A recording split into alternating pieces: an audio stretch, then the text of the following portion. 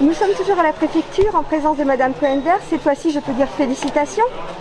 Merci. C'est à qui? Je tiens déjà à remercier les Dijonnaises et les Dijonnais qui m'ont accordé leur confiance avec Billy Chrétien et qui nous ont apporté cette victoire. Je tiens à dire que nous serons à la hauteur pour défendre leur voix au sein du département et pour faire de la Côte d'Or un département plus humain, plus solidaire, plus écologique et plus rayonnant.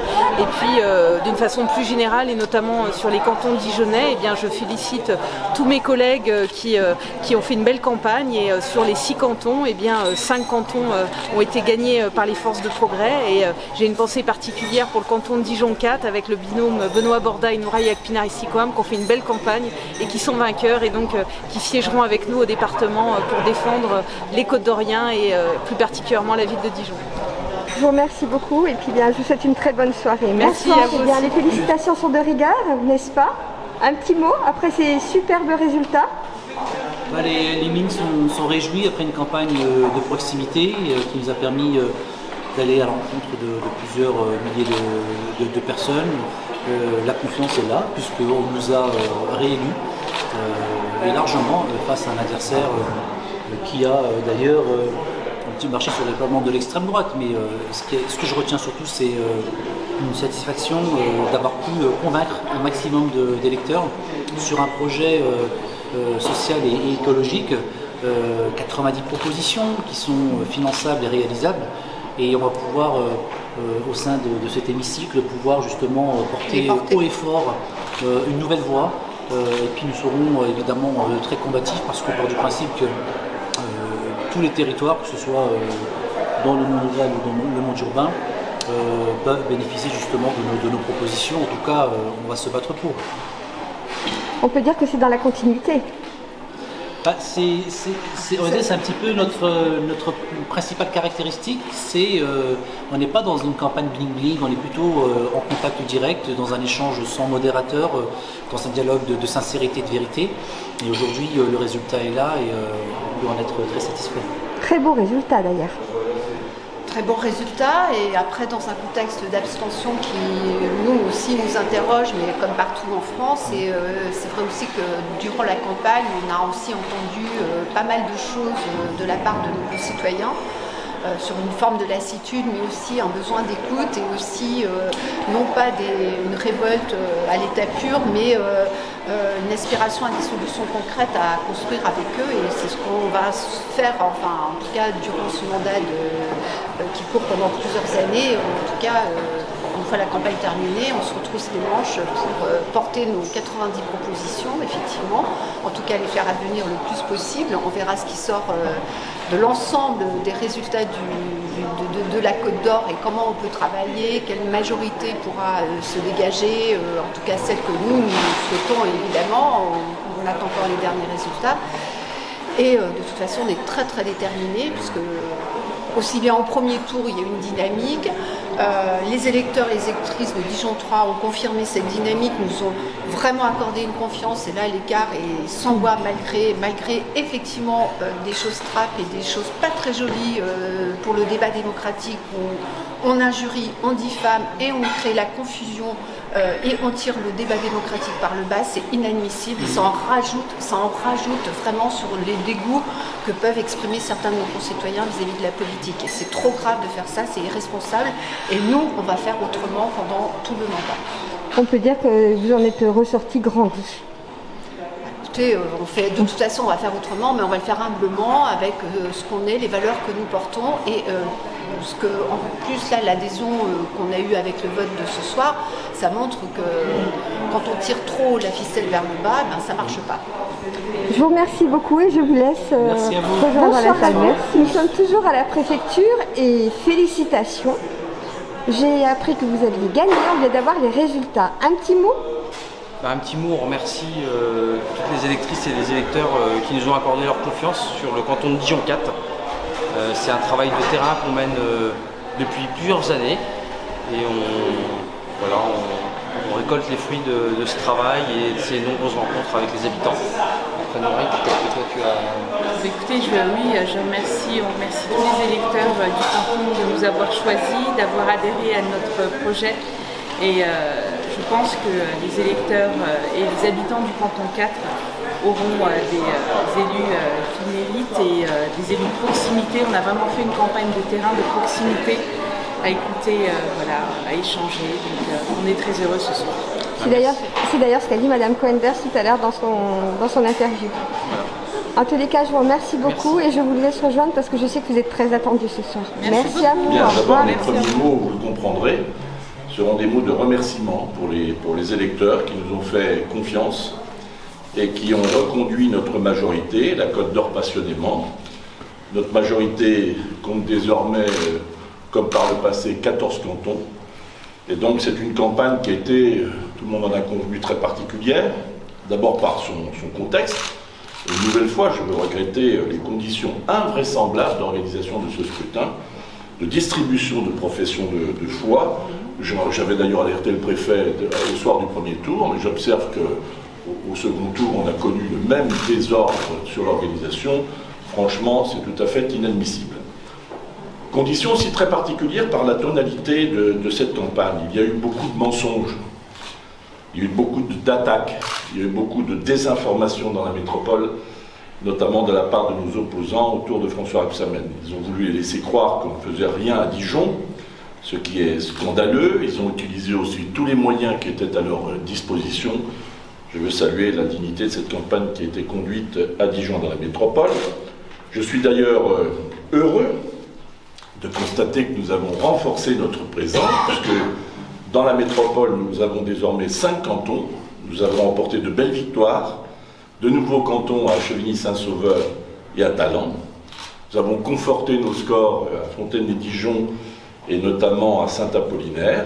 Et je veux aussi, je pense qu'il va l'emporter, féliciter François-Xavier Dugourc qui conservera, en tout cas je l'espère, son siège sur le canton de Dijon 1. À Beaune, là aussi, logiquement, Pierre Bols et Charles Fougère ont gagné, c'était tout à fait attendu. Et nous avons renforcé également notre présence dans le monde rural.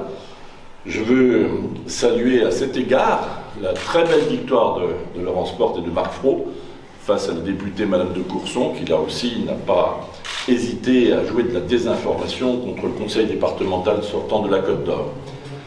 Dans cette campagne, les Côtes d'Oriens ne s'y sont pas trompés. Il y a bien 2 visions qui s'opposent. Les Côtes d'Oriens veulent en majorité, comme nous, une Côte d'Or d'équilibre, que chacun se voit un avenir là où il a choisi de vivre. Et cette aspiration à une vraie qualité de vie, nous l'avons tous en partage. Dès demain, nous allons nous mettre au travail, au service des Côtes d'Oriens, de tous les Côtes d'Oriens, que vive la République et que vive la Côte d'Or. Une réaction sur le résultat, 9,4% d'après les estimations. Tout d'abord, le constat que l'électorat ne s'est pas mobilisé. Il y a un peu mieux, mais il n'y a pas eu d'électorat suffisamment mobilisé pour changer la donne au 2e tour. Par contre, la satisfaction, c'est que le Rassemblement national progresse pas ou peu, on n'a pas encore les chiffres définitifs, et manifestement, nulle part les Français n'en veulent. Donc je me réjouis, parce que vous le savez, c'était mon combat, et quand on me prêtait justement de rester justement au second tour pour faire gagner le Rassemblement national, je pense que mon choix a été le bon, et qu'au contraire, je le redis, si je m'étais retiré, il y a forcément des gens qui ne seraient pas allés voter et qui auraient fait monter le Rassemblement national. Ça, c'est le point positif. Après, manifestement, c'est une élection qui n'intéresse pas, qui n'a pas davantage intéressé au second tour. Donc, il va vraiment falloir réfléchir à des réformes. Et puis, le constat que je fais, c'est qu'il y a une primo sortant, puisque, sauf erreur, tous les présidents sortants sont réélus. Donc, finalement, les Français n'ont pas, pour ceux qui ont voté, je remercie, n'ont pas voulu changer.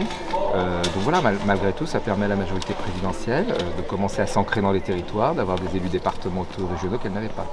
Combien d'élus régionaux espérez-vous avoir avec ce résultat ? Écoutez, si ça pouvait être à minima 8 ou 10, ça serait bien.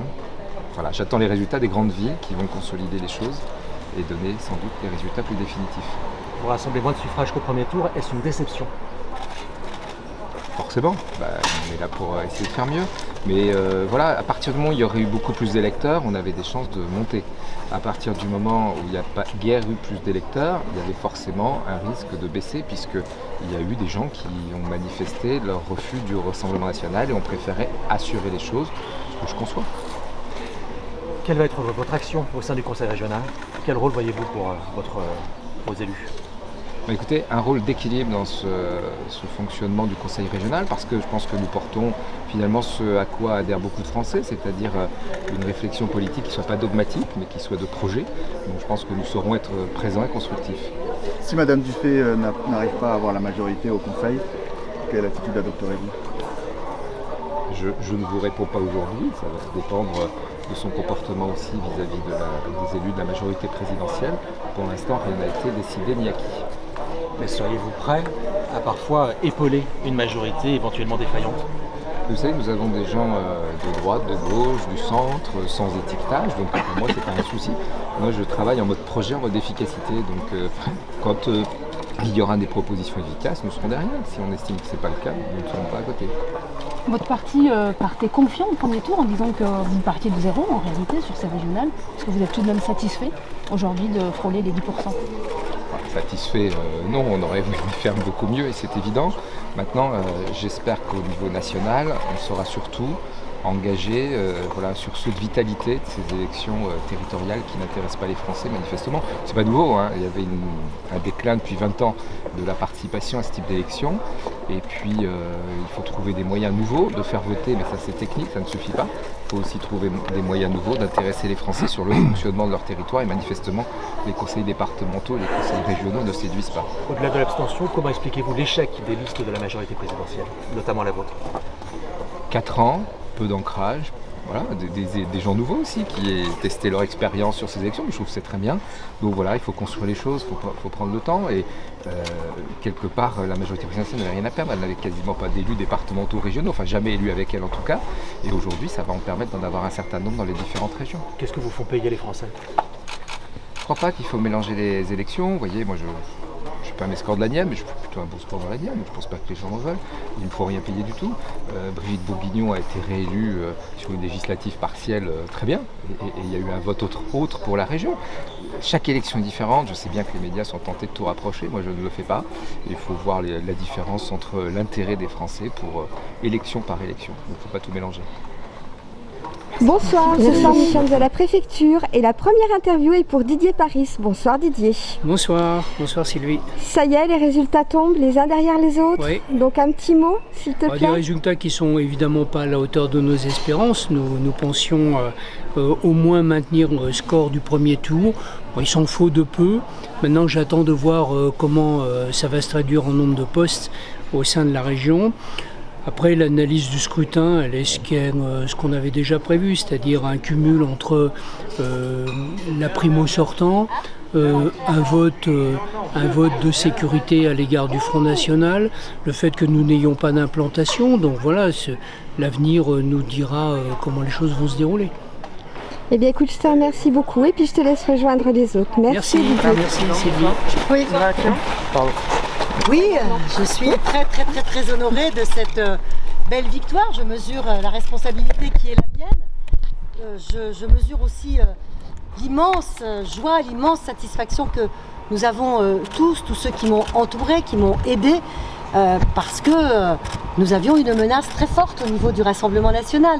Donc la dynamique de rassemblement que j'ai voulu, elle a payé. Je vois que même on va au-delà de cette dynamique de rassemblement. Donc maintenant, je mesure la responsabilité qui est la mienne. Donc je suis partagée entre ce sentiment de très grande responsabilité et puis la joie, la satisfaction du travail accompli. Et je remercie avec beaucoup de chaleur tous ceux qui m'ont fait confiance. Vous faites 40% malgré un non-accord avec LREM. Vous vous en félicitez ? Et je me félicite de cette dynamique. J'ai voulu une alliance dès le début. Je l'ai dit tout au long de cette campagne. Je la voulais dès le premier tour, cette alliance. Elle n'a pas été possible au premier tour. Je l'ai donc faite au deuxième tour et elle a payé. Vous avez bénéficié d'un excellent report des voix des partenaires ? Écoutez, je ne suis pas encore à mesurer exactement comment les choses se font. Je vois simplement que la dynamique de premier tour, elle s'est prolongée grâce à l'alliance que nous avons nouée. Donc je m'en félicite et je remercie vraiment tous ceux qui m'ont fait confiance. Est-ce qu'on peut en tirer des conclusions au niveau national? On est à moins d'un an des présidentielles. Est-ce que c'est ça qu'il faut faire pour que la gauche l'emporte dans un an? S'allier, faire une grande alliance de gauche? Écoutez, je crois qu'il faut laisser chaque chose à sa place. J'ai beaucoup souffert pendant toute cette campagne du fait qu'effectivement, on parlait d'autre chose que des enjeux régionaux. Et on était sans arrêt sur les enjeux nationaux. C'est une élection locale. Pour moi, le rassemblement de la gauche, il est payant. Oui. Il faut simplement que ce rassemblement de gauche, il soit incarné. Bon, on peut en tirer quand même des leçons, disons. La gauche a un avenir, oui. Oui, incontestablement. Merci. Le grand jour. Non, c'est bien. Une belle victoire. Un très beau report de voix, même au-delà de... Et du coup, une responsabilité à venir, une belle victoire qui nous oblige. Tout à fait. Qui nous oblige à être très ambitieux. C'est vrai que là, ce qu'on observe, c'est un report massif, voire même une augmentation en termes de voix. Je pense que la participation est à peu près la même. Donc il y a vraiment une véritable synergie qui s'opérait.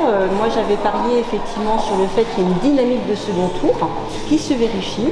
Voilà, donc l'apport des voix écologistes, des voix aussi certainement du temps des cerises et peut-être aussi finalement cette liste du lion de second tour qui conforte un électorat de gauche écologiste à se dire que vraiment il y a des choses à faire. Donc je ne sous-estime pas non plus l'abstention massive. Mais là, en tout cas, une belle victoire à 42% va effectivement nous obliger, comme le dit la présidente de région, présidente actuelle et future, à vraiment être ambitieux, ferme et dans la loyauté. Et dans mon cas, il n'y a aucun souci à se faire. Nous avancerons ensemble sur le projet que nous avons défini. Vous pensez qu'elle vous entendra sur les axes écologiques de votre programme, que du coup vous allez verser au sien ? Ça a été négocié dans un accord, dans un protocole où effectivement nous avons pu obtenir, il y avait déjà pas mal de choses de part et d'autre, une belle convergence déjà des listes, mais effectivement un apport supplémentaire pour que nous puissions avancer plus vite en essayant vraiment de mettre tout le monde, embarquer l'ensemble des bourguignons franc-comtois dans cette transition énergétique écologique absolument nécessaire. Je vous rappelle quand même le dernier rapport qui a fuité du GIEC qui est quand même très alarmant. Mais moi je pense, et c'est pour la raison d'être de notre liste et de notre maintien et de notre fusion avec Marie-Guy Dufay au second tour, qui est de dire que nous pouvons vraiment agir, et c'est dans les Dijon qu'il faut agir, pour l'urgence sociale et climatique. En termes de nombre de fauteuils, ça aussi ça a déjà été négocié ? Oui, ça fait partie des accords un peu rugueux, on va dire, mais c'est là. Marie-Guy Dufay est arrivée largement première au premier tour, donc voilà, donc nous allons être 8 élus sûrs. Peut-être un 9e, je ne sais pas, on va regarder. En tout cas, donc 8 élus pour assurer justement notre part, assurer notre engagement qui est le nôtre et que j'ai pu engager sur la liste écologiste et solidaire sur le projet que nous retrouvons maintenant avec celui de Marie-Guy Dufay. Ces 5 points que vous avez isolés, sur lesquels vous vous abstiendrez. Ça va durer longtemps, ça va tenir longtemps. C'est-à-dire le soutien au nucléaire, par exemple, c'en est un. Ça fait vraiment partie des points de divergence. L'UTER, c'est une compétence État. Donc nous attendons aussi. Il y a l'industrie, mais c'est une industrie aussi autour de la métallurgie en Bourgogne-Franche-Comté. Donc éventuellement une métallurgie qui peut évoluer avec une transition des métiers. Nous, ce qui nous intéresse, l'accord, moi je préfère dire ce qui nous a rassemblés. Ce qui nous a rassemblés, c'est vraiment la rénovation thermique des bâtiments. C'est la meilleure énergie, c'est celle qu'on n'utilise pas dans un premier temps. Le mix énergétique, et puis nous verrons sur les quelques points des accords. Mais ça a été acté, nous avons acté quelques points de divergence. Vous abstiendrez sur ces points-là? Oui, voire même oui, tout à fait, comme nous l'avons déjà fait. C'est pas la première fois que la région... alors, effectivement, depuis la fusion, il n'y avait plus d'écologistes et c'est bien aussi notre raison de cette satisfaction quand même ce soir, c'est de pouvoir de nouveau être à la région Bourgogne-Franche-Comté et dans un exécutif, donc avec des moyens d'agir. Mais auparavant, en région Bourgogne et en région Franche-Comté, il y avait déjà des écologistes dans les exécutifs avec la gauche. Et les accords ont tenu. Parce que chacun y a mis du sien. Et que, quand il y a la loyauté des deux côtés, quand on se met d'accord, ça se passe bien. Je suis persuadée qu'avec Marie-Guy Dufay, qui a vraiment des convictions écologistes ancrées, moi j'ai des convictions sur la justice sociale, nous allons pouvoir vraiment travailler ensemble en très bonne intelligence. Merci. Merci.